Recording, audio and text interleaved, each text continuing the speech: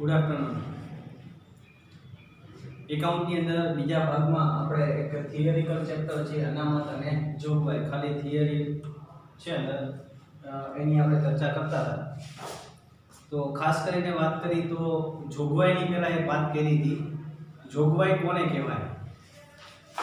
તો એના માટે આપણે કીધું હતું કે ભાઈ ભવિષ્યમાં સંભવિત જવાબદારીઓ અદા કરવા માટે જેની કિંમત ચોક્કસ રીતે નક્કી ન હોય, જેની કિંમત ચોક્કસ રીતે નક્કી ન હોય, બરાબર, એવી સંભવિત જવાબદારીઓ ચૂકવવા માટે થઈ અને નફામાંથી જો કોઈ ભાગ અલગ રાખવામાં આવે તો એને જોગવાઈ ગણવામાં આવે છે.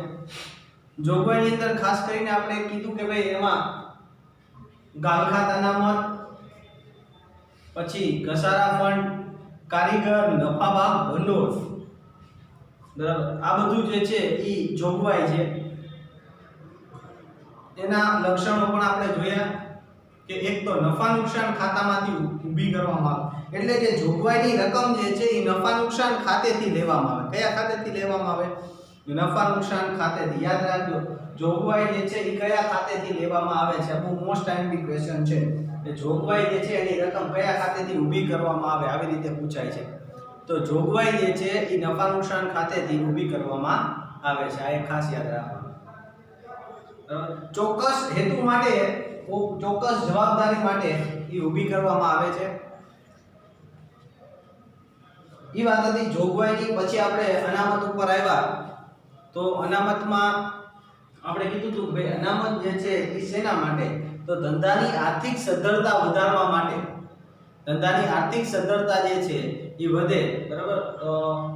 ભવિષ્યમાં કોઈ નવું યુનિટ બનાવવું છે, નવા યંત્ર લેવા છે કે એના માટે થઈને, અથવા તો કોઈ આકસ્મિક નુકસાન આવી જાય તો એને પહોંચી વળવા માટે ધંધામાંથી જે પણ અનામત ઊભું કરવામાં આવે છે, જે પણ રકમ નફામાંથી લેવામાં આવે છે, એને આપણે શું કહીએ છીએ? અનામત. એની આપણે કાલે વ્યાખ્યા લીધી હતી કે ધંધાની આર્થિક સદ્ધરતા વધારવા અથવા આકસ્મિક નુકસાનને પહોંચી વળવા. આકસ્મિક નુકસાનને પહોંચી વળવા એટલે શું થાય? પહોંચી વળવા માટે તો અથવા આકસ્મિક નુકસાન જે છે, બરાબર, એમાં તમને યોગ્ય વળતર મળે એ માટે થઈ ધંધાની આર્થિક સદ્ધરતા વધારવા અથવા તો આર્થિક નુકસાન. ક્યારેક તમને એવું બને આકસ્મિક રીતે કોઈ નુકસાન થઈ ગયું તો તમારી પાસે ભેગા કરેલા પૈસા હશે તો એ તમે અહીંયા કામમાં લાગી શકશે. તો ધંધાની આર્થિક સદ્ધરતા વધારવા અથવા તો આકસ્મિક નુકસાનને પહોંચી વળવા માટે નફામાંથી અલગ રાખેલ ભાગ એટલે અનામત. અનામતમાં કોનો સમાવેશ થાય તો એની માટે આપણે થોડી વાત કરતા હતા કે દાખલા તરીકે અનામતમાં કઈ અનામત આવે? તેમાં ખાસ કરીને એક તો સામાન્ય અનામત, પછી મૂડી અનામત, પછી અનામત ભંડોળ, પછી આપણે આપણે કાલે જેની ચર્ચા કરી હતી ડિવિડન્ડ, સમતુલા,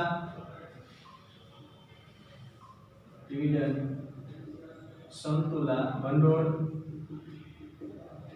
પછી કારીગર અકસ્માત વળતર ભંડોળ. ખાસ ધ્યાન રાખજો, કારીગર અકસ્માત વળતર ભંડોળ. હવે આ બેમાં બહુ કન્ફ્યુઝન થતી હોય છે. કારીગર નફા ભાગ ભંડોળ હોય ને, કારીગર નફા ભાગ ભંડોળ, તો એ જોગવાઈ છે. કારીગર નફા ભાગ ભંડોળ એ શું છે? જોગવાઈ છે. પણ કારીગર અકસ્માત વળતર ભંડોળ, એનો મતલબ શું થાય? કારીગર અકસ્માત વળતર ભંડોળ એટલે કારીગરને જો અકસ્માત થશે તો એના માટે અલગથી પૈસા મૂક્યા છે, બરાબર. એવી વસ્તુ જે છે એને શું કહેવાય? કારીગર અકસ્માત વળતર ભંડોળ. તો કારીગર અકસ્માત વળતર ભંડોળ, બરાબર, ઈ જે છે, બરાબર, ઈ અનામત છે. ઈ શું છે? અનામત છે. કારીગર નફા ભાગ ભંડોળ હોય તો ઈ જોગવાઈ છે. યાદ રાખજો, કારીગર નફા ભાગ ભંડોળ ઈ જોગવાઈ છે અને કારીગર અકસ્માત વળતર ભંડોળ જે છે ઈ શું છે? અનામત છે. આ એક ખાસ ધ્યાન રાખવાનું. બેમાં બહુ ઘણી વખત ભૂલ થતી હોય છે. બરાબર. બીજી વસ્તુ અનામતની રકમ કયા ખાતેથી લેવામાં આવે? જોગવાઈનું તો આપણે જોયું. જોગવાઈની રકમ કયા ખાતેથી લેવાય? યાદ કરો, હમણાં જ બોલ્યો. જોગવાઈની રકમ કયા ખાતેથી ઊભી કરવામાં આવે? કયા ખાતેથી? નફા નુકસાન ખાતેથી. જોગવાઈની રકમ જે છે એ નફા નુકસાન ખાતેથી ઊભી કરવામાં આવે છે. અને અનામતની રકમ જે છે એ ખાસ યાદ રાખજો. અનામતની રકમ નફા નુકસાન ફાળવણી ખાતામાંથી ઊભી કરવામાં અથવા રકમ લેવામાં આવે છે. કયા ખાતામાંથી? નફા નુકસાન ફાળવણી ખાતું. જો બે ખાતા આવશે, વાર્ષિક હિસાબ બનાવી 12મા ધોરણમાં આવશે ફાળવણી ખાતું. અત્યારે તમારે નફા નુકસાન ખાતું જ આવશે, પણ પછી 12મા ધોરણમાં એક ફાળવણી ખાતું આવે, નફા નુકસાન ફાળવણી ખાતું. નફા નુકસાન ખાતું અને બીજું કયું આવશે? નફા નુકસાન ફાળવણી ખાતું. જોગવાઈ હોય ને, જોગવાઈ એ નફા નુકસાન ખાતામાંથી લેવાય. જોગવાઈ કયા ખાતામાંથી લેવાય? નફા નુકસાન ખાતામાંથી. પણ અનામત જે છે, અનામત એ કેમાંથી લેવામાં આવે? નફા નુકસાન ફાળવણી ખાતામાંથી. પહેલા અનામતનો અર્થ પાકો કરો. બે વખત બોલો ખાલી અનામતનો અર્થ. અનામતનો અર્થ ધંધાની આર્થિક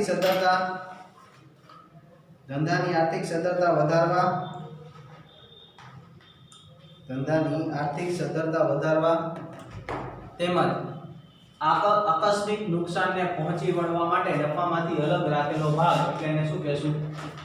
અનામત કહેવાય. બરાબર.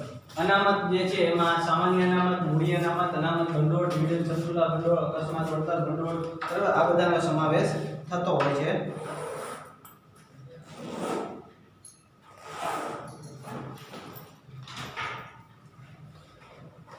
અનામતની રકમ કયા ખાતેથી લેવામાં આવે?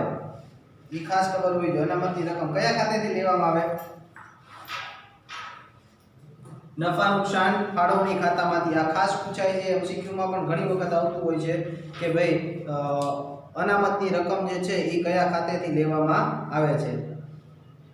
બીજી એક બહુ મહત્વની બાબત છે કે અનામત જે છે એ પાકા સરવૈયામાં, જ્યારે આપણે વાર્ષિક હિસાબ બનાવશું ત્યારે પાકા સરવૈયાની અંદર કઈ બાજુ લખાય છે? તો અનામત જે છે એ પાકા સરવૈયાની અંદર મૂડી દેવા બાજુ દર્શાવે. કઈ બાજુ? એક આ પણ ઘણી વખત પૂછાતું હોય છે. એ લક્ષણોની અંદર લઈ લો તો પણ ચાલે. તમે એને લક્ષણોમાં લઈ લો, અનામતના તમે લક્ષણો લેતા હોય તો એની અંદર આપણે એવું કહીએ કે ભાઈ ધંધાની આર્થિક સદ્ધરતા વધારવા માટે એક તો અનામત ઊભું થાય, બીજું અનામતની રકમ નફા નુકસાન ફાળવણી ખાતામાંથી લેવામાં આવે છે, અને ત્રીજું કે અનામત જે છે એ પાકા સરવૈયામાં ક્યાં દર્શાવાય? તો જ્યારે આપણે પાકો સરવૈયો બનાવશું ત્યારે પાકા સરવૈયાની અંદર મૂડી દેવા બાજુ દર્શાવી શકાય. અનામતના લક્ષણોમાં શું લખાય? પહેલું કે ભવિષ્યમાં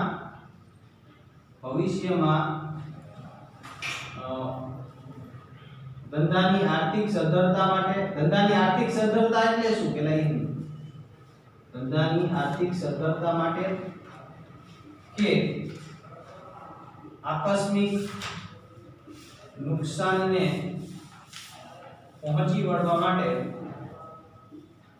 વળવાના હેતુથી અનામત રાખવામાં આવે છે. તો પ્રશ્ન એ થયો ભાઈ આર્થિક સદ્ધરતા એટલે શું? તો આર્થિક સદ્ધરતા એટલે આપણા માટે એવું કહીએ કે ભાઈ એક પ્રકારનું લેવલ, એક પ્રકારનું સ્ટેટસ, જેને આપણે કહીએ છીએ કે આપણે જ્યારે પણ જરૂરિયાત હોય તો આપણી પાસે એવી રકમ હોય કે જેથી આપણે એનો ઉપયોગ કરી શકીએ, આપણો વિકાસ કરી શકીએ. એક દુકાન હોય તો એક દુકાનમાંથી બીજી દુકાન કરી, બીજીમાંથી ત્રીજી કરી, એમાં કંઈક ને કંઈક નવું કરતા જઈએ. જેમ જેમ આગળ વધતા જઈએ એમ જે આપણે વધી જઈએ આગળ આપણી ધંધાની અંદર, એને શું કહેવાય? આર્થિક સદ્ધરતા કહેવાય. શું બોલાય એને? આર્થિક સદ્ધરતા. બરાબર. આપણે ક્યારે નાણાંની કે કોઈ પણ ક્રાઇસિસનો સામનો ન કરવો પડે, એને શું કહેવાય? આર્થિક સદ્ધરતા કહેવાય. તો આર્થિક સદ્ધરતા માટે અથવા તો કોઈ આકસ્મિક નુકસાનને પહોંચી વળવાના હેતુથી અનામત રાખવામાં આવે. એક માર્કમાં બીજી રીતે પૂછી શકે કે અનામત શા માટે રાખવામાં આવે છે? શું કામ અનામતની જરૂર શું છે? શું કામ અનામત ઊભું રાખવું એવું પણ પૂછે કે અનામત શા માટે રાખવામાં આવે? પહેલા તો મગજમાં ક્લિયર કરજો અનામત એટલે શું, નફામાંથી અલગ રાખેલો ભાગ. તો શું કામ રાખી છે આપણે? તમે જવાબ દઈ શકો. દાખલા તરીકે હું કહું ભાઈ તમારા મમ્મી પપ્પા જે બચત કરતા હશે રકમની, બરાબર, બચત કરતા કોઈ બેંકમાં મૂકતા હોય, તમે ક્યારેક નાના હોય ત્યારે ગલ્લામાં પૈસા મૂકતા હોય, તો એ વસ્તુ અનામત છે. એ શું છે? અનામત. તો એ શું કામ કરો છો તમે? જરૂર શું એની? બધા પૈસા વાપરી નાખી દો. તો એની જરૂરિયાત શું છે? એક તો આપણી ભવિષ્યમાં આપણી આર્થિક સદ્ધરતા સુધરે, કે ભવિષ્યમાં આપણી પાસે પૈસા પડ્યા હશે તો આપણે જે વસ્તુ લેવી હશે લઈ શકશું, વાપરી શકશું. બીજું કે કદાચ ભવિષ્યમાં ક્યાંક નુકસાન ઊભું થાય તો એના માટે પણ આપણે પહોંચી વળી, એ આપણો મુખ્ય હેતુ હોય છે. એટલે એવી રીતે પણ પૂછી શકે કે અનામત રાખવાનો મુખ્ય હેતુ કયો, તો પણ આ જવાબ આવે. પ્રશ્ન એવી રીતે પૂછે અનામત શા માટે રાખવું, તો પણ તમે આ જવાબ લખી શકો કે ભવિષ્યની આર્થિક સદ્ધરતા વધારવા અને આર્થિક નુકસાનને પહોંચી વળવાના હેતુથી અનામત ઊભું કરવામાં આવે છે. બીજું, અનામત પાકા સરવૈયામાં ક્યાં દર્શાવાય, એવો પણ પ્રશ્ન પૂછાય. તો અનામત જે છે, અનામત એ વાર્ષિક હિસાબ બનાવતી વખતે, આના પછી આપણે વાર્ષિક હિસાબ શીખવાનું છે. તો અનામત વાર્ષિક હિસાબ બનાવતી વખતે અનામત એ પાકા સરવૈયામાં, પાકા સરવૈયામાં, આપણે આગળ કાચું સરવૈયું ભણી ગયા ને, એવું એક આવશે પાકું સરવૈયું. તો પાકા સરવૈયામાં અહીંયા એક બાજુ આવશે, એને કહેવાય મૂડી જેવા બાજુ. આપણે કેમ ઓલું ઉધાર બાજુ જમા બાજુ આવે છે, એમ પાકા સરવૈયાની બે બાજુ આવશે, મૂડી દેવા અને મિલકત લેણા. તો પાકા સરવૈયામાં મૂડી દેવા બાજુ દર્શાવાય છે. અને અનામતની રકમ કયા ખાતેથી લેવામાં આવે, તો એમાં ત્રીજા લક્ષણમાં તમે લખ્યું કે અનામતની રકમ જે છે, અનામતની રકમ નફા નુકસાન ફાળવણી ખાતેથી, નફા નુકસાન ફાળવણી ખાતેથી ઊભી કરવામાં આવે છે. બરાબર, આ રીતે ખાલી તમારે અનામતની અંદર યાદ રાખવું પડે. પહેલું, અનામત કોને કહેવાય? તો ધંધાની આર્થિક સદ્ધરતા વધારવા તેમજ ધંધાના આકસ્મિક નુકસાનને પહોંચી વળવા માટે બરાબર જે પણ ઊભું કરવામાં આવે છે. હજી આની અંદર લેવું હોય તો એક ડિબેન્ચર પરત નીતિ પણ લઈ શકાય, અનામતમાં લેવું હોય તો ધંધાની આર્થિક સદ્ધરતા વધારવા માટે અથવા તો આકસ્મિક નુકસાનને પહોંચી વળવા માટે નફામાંથી અલગ રાખેલો ભાગ, એટલે એને આપણે શું કહેશું? અનામત કહેવાય. અનામતમાં કોનો સમાવેશ થાય એ ખાસ ધ્યાન રાખજો.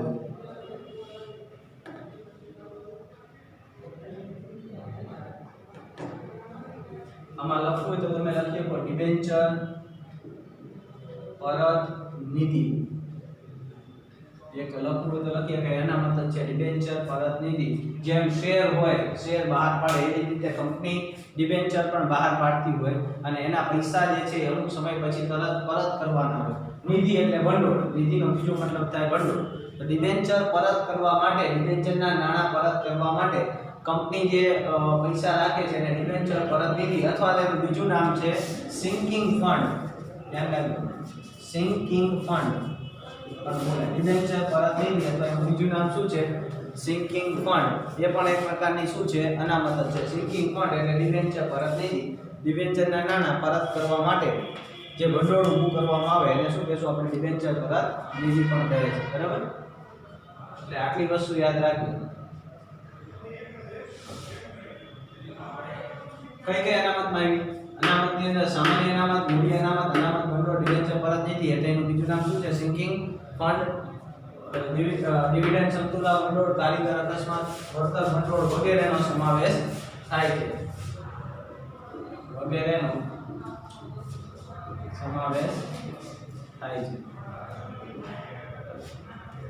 અનામતની રકમ કયા ખાતેથી લેવામાં આવે? તો નફા નુકસાન ફાળવણી ખાતામાંથી લેવામાં આવે છે. બરાબર, ધંધાની આર્થિક સદ્ધરતા માટે અથવા તો આકસ્મિક નુકસાનને પહોંચી વળવાના હેતુથી અનામત રાખવામાં આવે છે. અને અનામત એ પાકા સરવૈયાની અંદર ઊભી દેવા માટે દર્શાવાય છે. અનામતની રકમ નફા નુકસાન ફાળવણી ખાતામાં પણ ઊભી કરવામાં આવે છે. આટલું યાદ રાખવાનું લક્ષણોની અંદર. હવે આપણે વસ્તુ ભણવાની છે અનામતના પ્રકાર. કેટલા પ્રકારની અનામત હોય, બરાબર, એની વાત કરવાની છે. તો જનરલી અનામત જે છે એ બે પ્રકારની હોય. સમજો,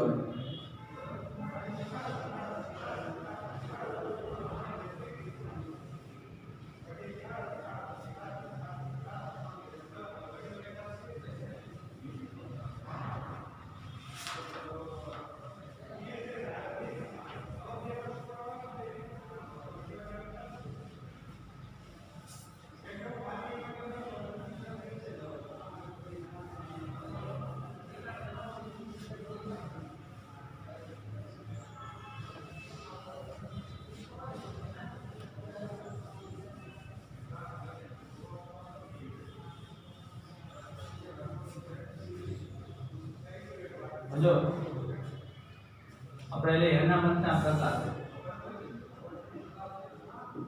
આ પણ પ્રશ્ન ખાસ મહત્વનો છે અનામતના પ્રકાર તો અનામતના જનરલી બે પ્રકાર પડે બે પ્રકારની અનામત હોય એક વાત કરી તો મહેસૂલી અનામત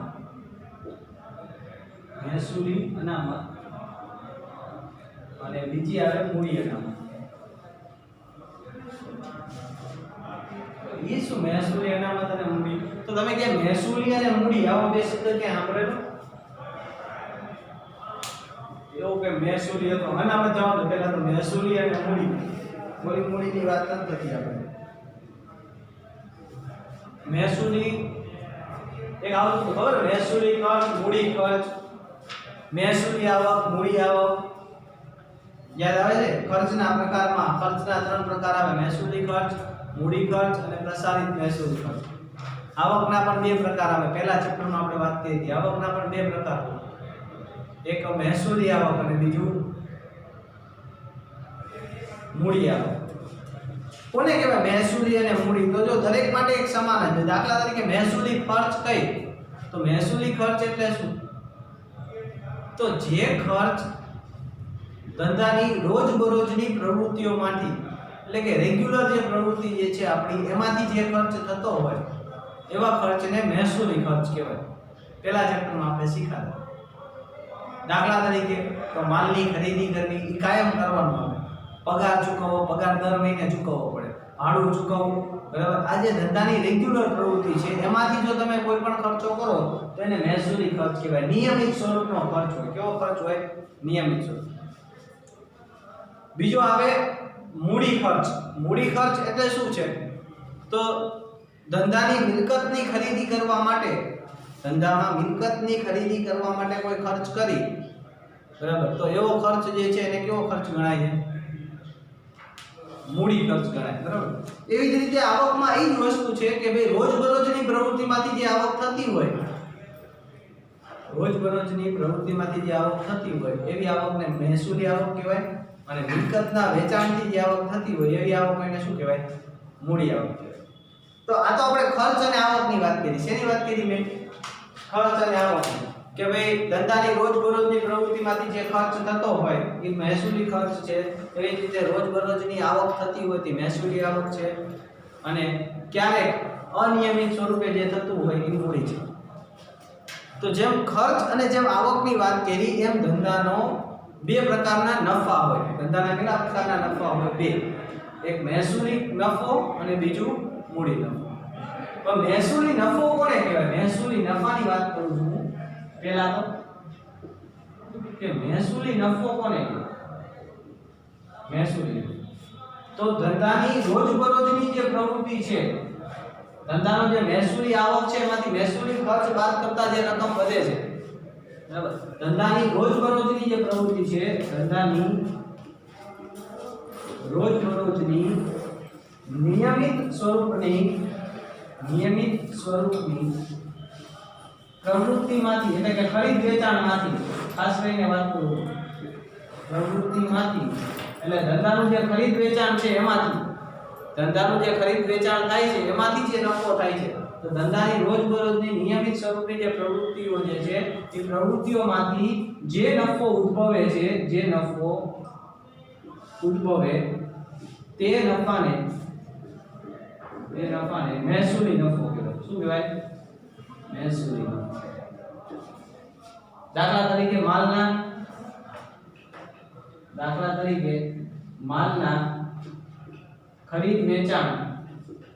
ખરીદ વેચાણની પ્રવૃત્તિમાંથી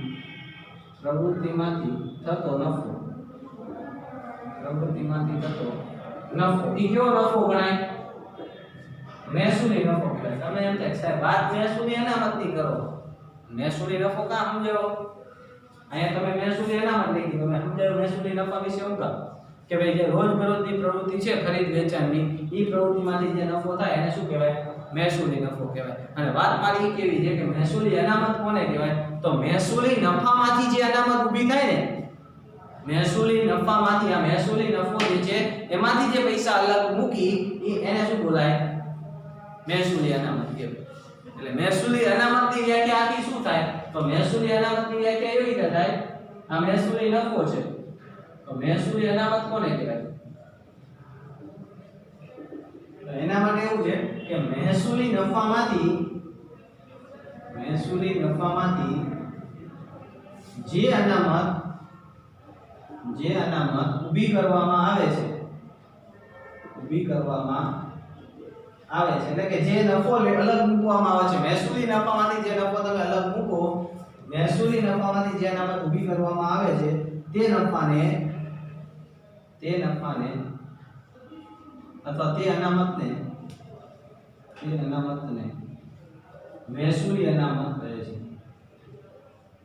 એટલે મહેસૂલી અનામતની વ્યાખ્યા આમ સિમ્પલ છે. મહેસૂલી અનામત એટલે શું? તો મહેસૂલી નફામાંથી જે અનામત ઊભી થાય એને શું કહેવાય? મહેસૂલી અનામત કહેવાય. અને મૂડી નફામાંથી જે અનામત ઊભી થાય એને શું કહેવાય? મૂડી અનામત. કદાચ એક માર્કમાં પૂછે, આનો સમજવું એટલે એક માર્કમાં આપણને પૂછે કે ભાઈ મહેસૂલી અનામત કોને કહેવાય? તો તમે કહી શકો કે ભાઈ મહેસૂલી નફામાંથી જે અનામત ઊભી થાય, બરાબર, એવી અનામતને શું કહેવાય? મહેસૂલી અનામત. અને મૂડી નફામાંથી જે અનામત ઊભી થાય, મૂડી નફામાંથી, એને શું કહેવાય? મૂડી અનામત. મહેસૂલી નફામાંથી જે લો એ મહેસૂલી અનામત, મૂડી નફામાંથી જે ઊભી કરે એને મૂડી અનામત કહેવાય. પણ પ્રશ્ન આપણને એ થાય કોકને એમ થાય મહેસૂલી નફો કોને કહેવાય? તો એના માટે મેં લખ્યું કે ભાઈ મહેસૂલી નફો કોને કહેવાય? તો જે રોજબરોજની પ્રવૃત્તિમાંથી, રેગ્યુલર રોજિંદી પ્રવૃત્તિ જે છે, આપણી ઉપર સર્જનની મુખ્ય પ્રવૃત્તિ જેને કહેવાય, એમાંથી જે આપણને આવક થતી હોય, નફો થતો હોય, એવા નફાને કેવો નફો કહેવાય? મહેસૂલી નફો. અને એનામાંથી જે અનામત ઊભી કરો એવી અનામતને શું કહેશું? મહેસૂલી અનામત. મહેસૂલી અનામત જે છે એ ત્રણ પ્રકારની હોય. મહેસૂલી અનામત ત્રણ રીતની હોય. કઈ રીત? મહેસૂલી અનામતના પ્રકાર ત્રણ. પહેલું સામાન્ય અનામત.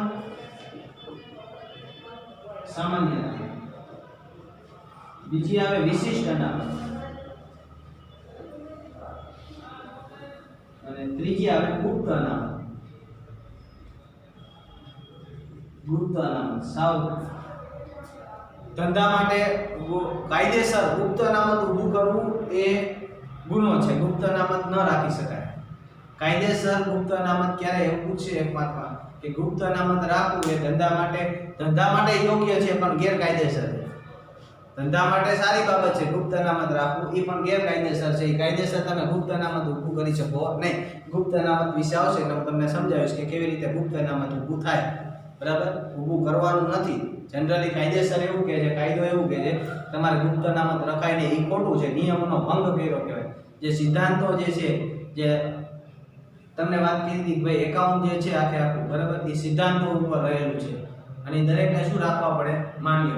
તો આપણે જે હિસાબી સિદ્ધાંતો ભણશું એની અંદર આપણને અમુક વસ્તુ કહેવામાં આવશે કે ભાઈ આ તો તમારે ફરજિયાત આનું પાલન કરવું જ પડે.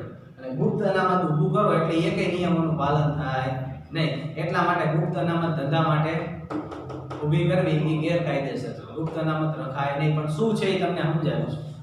અત્યારે આપણને એટલી ખબર પડે કે મહેસૂલી અનામત કોને કહેવાય? તો મહેસૂલી નફામાંથી જે અનામત ઊભી થાય એને મહેસૂલી અનામત કહેવાય. મહેસૂલી અનામતના ત્રણ પ્રકાર પડે. કયા કયા? સામાન્ય અનામત, પછી વિશિષ્ટ અનામત અને પછી આવે ગુપ્ત અનામત. મૂડી અનામત કોને કહેવાય? મૂડી અનામત. તો એના માટે આપણે સમજવું પડે કે મૂડી નફો કોને કહેવાય? તો આપણે વાત કરી મૂડી નફો એટલે તો મિલકતના ખરીદ વેચાણની પ્રવૃત્તિમાંથી, મિલકતના ખરીદ વેચાણ, ઓલા માલના ખરીદ વેચાણ હતી, મિલકતના ખરીદ વેચાણની અનિયમિત સ્વરૂપની, ઓલી નિયમિત સ્વરૂપની આવે. મિલકતના ખરીદ વેચાણની અનિયમિત સ્વરૂપની પ્રવૃત્તિમાંથી જે નફો ઉદ્ભવે તેવા નફાને મૂડી નફો કહેવાય. કોને કહેશો મૂડી નફો? મિલકતના ખરીદ વેચાણ અને માલના ખરીદ વેચાણથી તમારે જે પ્રવૃત્તિ થાય, તમે જે રોજબરોજ માલની ખરીદી કરો છો, વેચો છો, એનાથી જે નફો થાય એ મહેસૂલી નફો છે. પણ મિલકતનું ખરીદી કરી હોય અને મિલકત વેચવાની થાય એમાંથી તમને જો કોઈ ફાયદો થયો અને પૈસા અલગ મૂકી દો તો એ કેવી અનામત કહેવાય? મૂડી અનામત કહેવાય. બરાબર. ઘણી વખત એવું થાય જો કે ભાઈ ધંધાની અંદર તમે કોઈ મિલકત લીધી છે વાપરવા માટે, બરાબર, યુઝ કરવા માટે લીધી, તમને નો ફાયદો, તમે વેચી દીધી, પણ લીધી હતી 10,000 માં, બરાબર, જૂનામાંથી લીધી હતી. તમે એક યંત્ર લીધું જૂનામાંથી, દાખલા તરીકે એક યંત્ર લીધું જૂનામાંથી 10,000 માં લીધું, બરાબર, તમે વાપર્યું 15 દી મહિનો, પણ તમને નો ફાયદો. તમે બજારમાં તો એવું કીધું કે મેં 18,000 નું લીધું તું કેટલામાં? ખાલી 10 માં લીધું. તમે કીધું કેટલામાં? 18,000 માં લીધું. મહિનો 15 દી વાપર્યું, નો ફાયદો. એટલે એક જણાએ પૂછ્યું આ દેવાનું છે, તમે કીધું આ લઈ જાય. કે કેટલા રૂપિયા? મેં તો 18 માં લીધું છે પણ 15 દી વાપર્યું, એટલે એક કામ કરીને 14,000 માં લઈ જાય, જા 4,000 ઓછા. એ 14,000 માં માની ગયો, લઈ ગયો. હવે તમે કાયદેસર સમજતો, તમે કેટલા રૂપિયાનું લીધું તું? 10,000 માં લીધું તું. વેચું કેટલામાં? 14 માં. તોય 4,000 નો ફાયદો થયો. હવે 4,000 નો ફાયદો થયો, એ પૈસા તમે અલગ મૂકી દીધા. તો ઈ જે તમે પૈસા અલગ મૂક્યા, ઈ કયો નફો થયો? મૂડી નફો. ઈ તમે રોજ બરોજ આવું ન થાય. રોજ તમે 10,000 નું લઈ આવો કે 14,000 માં વેચો, દરરોજ ઈ ક્યારેક જ થાય. એનાથી જે તમને ફાયદો થયો અને ઈ જે અનામત રાખો, એવી અનામતને કેવી અનામત કહેવાય? મૂડી અનામત. તો ઓલું તમારે રોજ જે વેચો છો માલ, એમાંથી પૈસા અલગ મૂકો તો એ અનામત કેવી અનામત કહેવાય? મહેસૂલી અનામત કહેવાય. બરાબર. તો મૂડી અનામત એટલે મિલકતના ખરીદ વેચાણની પ્રવૃત્તિમાંથી અનિયમિત સ્વરૂપે, રેગ્યુલર ન હોય, ક્યારેક જ આવવું પડે. દર વખતે આપણે એવા વાઇટ ન હોય, બકરા મળી જાય આપણને, બરાબર, ક્યારેક મળી જાય. તો અનિયમિત સ્વરૂપની પ્રવૃત્તિમાંથી જે નફો ઉદ્ભવે તેવા નફાને કેવો નફો કહેવાય? મૂડી નફો કહેવાય. એટલે મૂડી અનામત કોને કહેવાય? તો મૂડી અનામતની આખી વ્યાખ્યા શું થાય?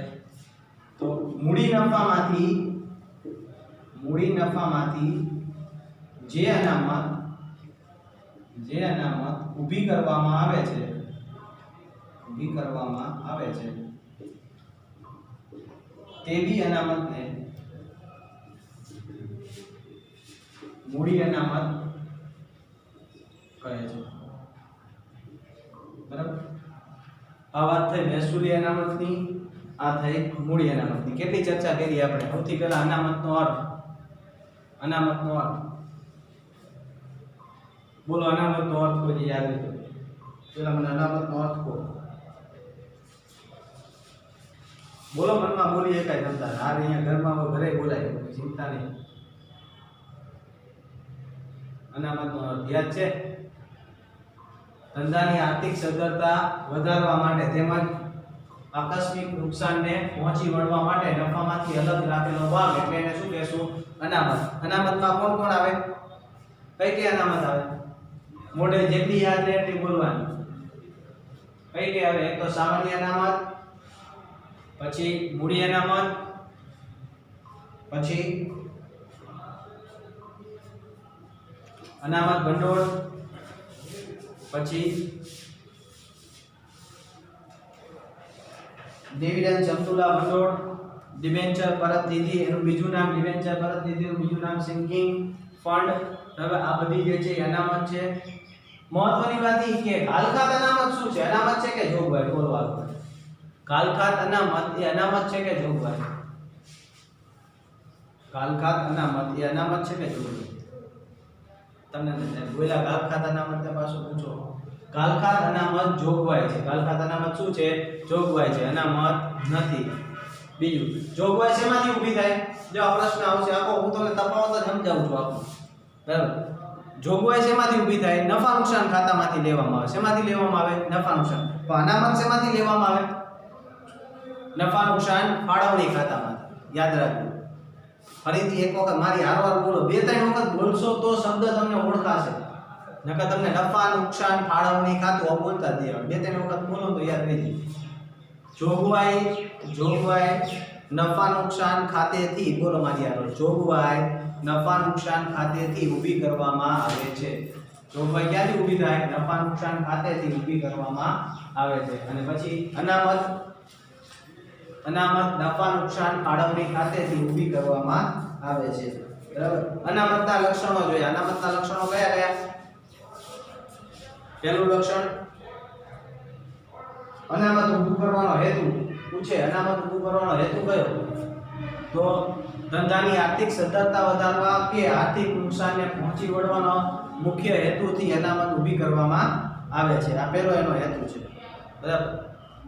પછી આપણને એવી રીતે પૂછે કે ભાઈ અનામત પાકા સરવૈયામાં ક્યાં દર્શાવાય? અનામત પાકા સરવૈયામાં કઈ બાજુ દર્શાવાય? તો અનામત પાકા સરવૈયાની અંદર મૂડી દેવા બાજુ દર્શાવાય છે. ક્યાં દર્શાવાય? મૂડી દેવા બાજુ. બરાબર. અને અનામત જે છે ક્યાંથી ઊભી કરવામાં આવે? તો નફા નુકસાન ફાળવણી ખાતામાંથી ઊભી કરવામાં આવે છે. અહીંયા ઊભીની વાત કરી. પછી આપણે આવ્યા અનામતના પ્રકાર. તો અનામતના બે પ્રકાર પડે: મહેસૂલી અનામત, મૂડી અનામત. ધંધાની રોજબરોજની પ્રવૃત્તિ એટલે કે માલના ખરીદ વેચાણની જે પ્રવૃત્તિ જે છે એમાંથી જે નિયમિત સ્વરૂપે નફો થાય છે એવા નફાને શું કહેવાય? મહેસૂલી નફો. અને મહેસૂલી નફામાંથી જે અનામત ઊભી થાય એવી અનામતને કેવી અનામત કહેવાય? મહેસૂલી અનામત. એક માર્ક માટે બહુ જ મહત્વનો ક્વેશ્ચન. મહેસૂલી અનામતના પ્રકાર. મહેસૂલી અનામતના પ્રકાર એક માર્ક માટે બહુ જ મહત્વનો પ્રશ્ન. સામાન્ય અનામત, વિશિષ્ટ અનામત અને ગુપ્ત અનામત. કઈ કઈ? સામાન્ય અનામત, વિશિષ્ટ અનામત અને ગુપ્ત અનામત. આ ત્રણ જે છે એ મહેસૂલી અનામતના પ્રકાર છે. મૂડી નફો. મૂડી નફો કોને કહેવાય? તો મિલકતના ખરીદ વેચાણથી જે નફો ઉદ્ભવે છે, મિલકતના ખરીદ વેચાણની પ્રવૃત્તિમાંથી જે પણ નફો ઉદ્ભવે છે એવા નફાને મૂડી નફો કહેવાય. અને મૂડી નફામાંથી જે અનામત ઊભું કરવામાં આવે છે એવી અનામતને શું કહેવાય? મૂડી અનામત કહેવાય. બરાબર. હવે આ ત્રણ વિશે આપણે ચર્ચા કરવાની છે. વિશિષ્ટ અનામત, સામાન્ય અનામત કોને કહેવાય, વિશિષ્ટ અનામત કોને કહેવાય અને ગુપ્ત અનામત કોને કહેવાય. બરાબર.